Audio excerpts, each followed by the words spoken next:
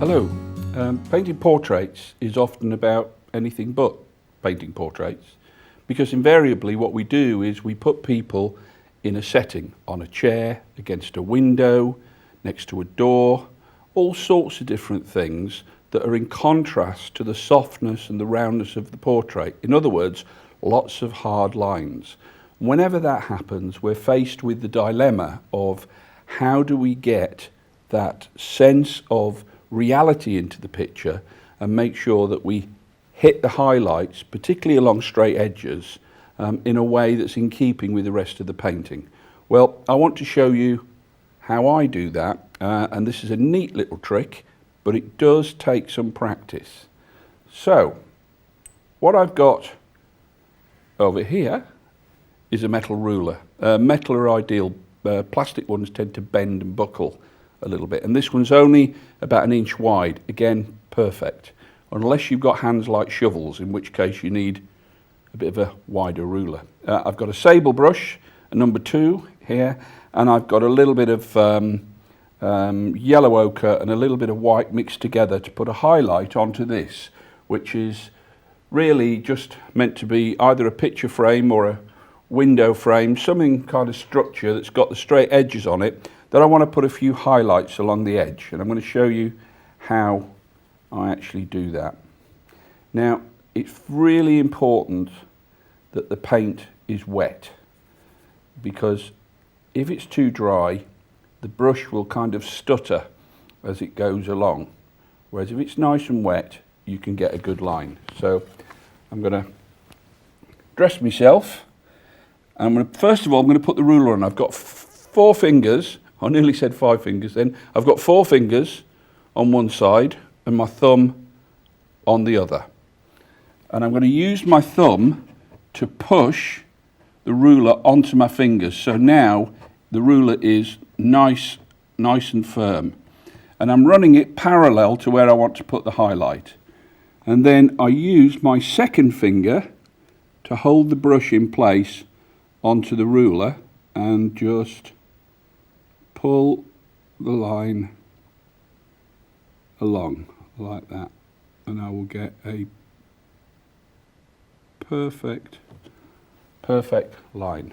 Now I'm going to add a little bit more white to that. I never ever try to do this and get the right colour first time. I prefer to build it up, go over the line a few times, because the last thing I want to do with this is to end up putting too bright a line on, because that's quite a pain to remove.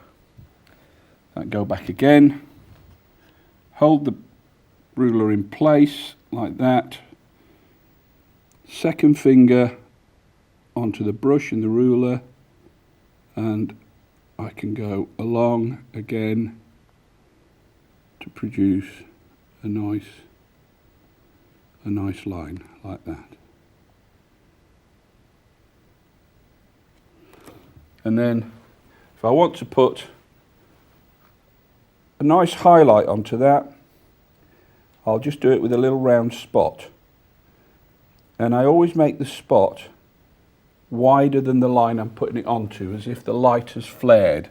I can just use my ruler again just to create that sense of a nice highlight in the corner. Now, the other thing we can do with this is we can, let's say for example, we wanted to turn this into a bit of wood grain. Then all we have to do is grab a bit of medium, grab a little bit of, in this case I've got burnt umber and a little bit of yellow ochre. Not too strong, nice and wet.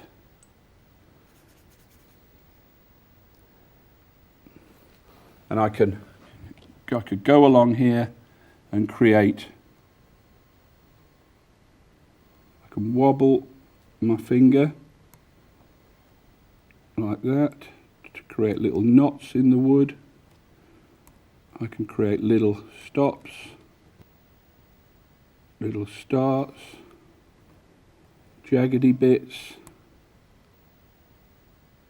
all sorts of little different types of movement just by getting to grips with what I'm putting onto the edge of the ruler. And I can make a knot there if I want to, and just pop in a little bit of darker wood. So that's the way you do it. You can do perfect lines if you practice, provided you really press that thumb hard onto the ruler and jam it against the fingers. And you must use this finger to hold the brush in place. And then when you drag it along, it's the ruler that's making the brush go straight. You get a beautiful line. You can waver that line if you want to create effects, or you can have a straight line and a highlight. But just remember, if you're going to put your lighter lines and highlights on, don't try to do it all in one go. Do it in a series of steps, because you're much more likely to hit the perfect colour that you're looking for. Thank you.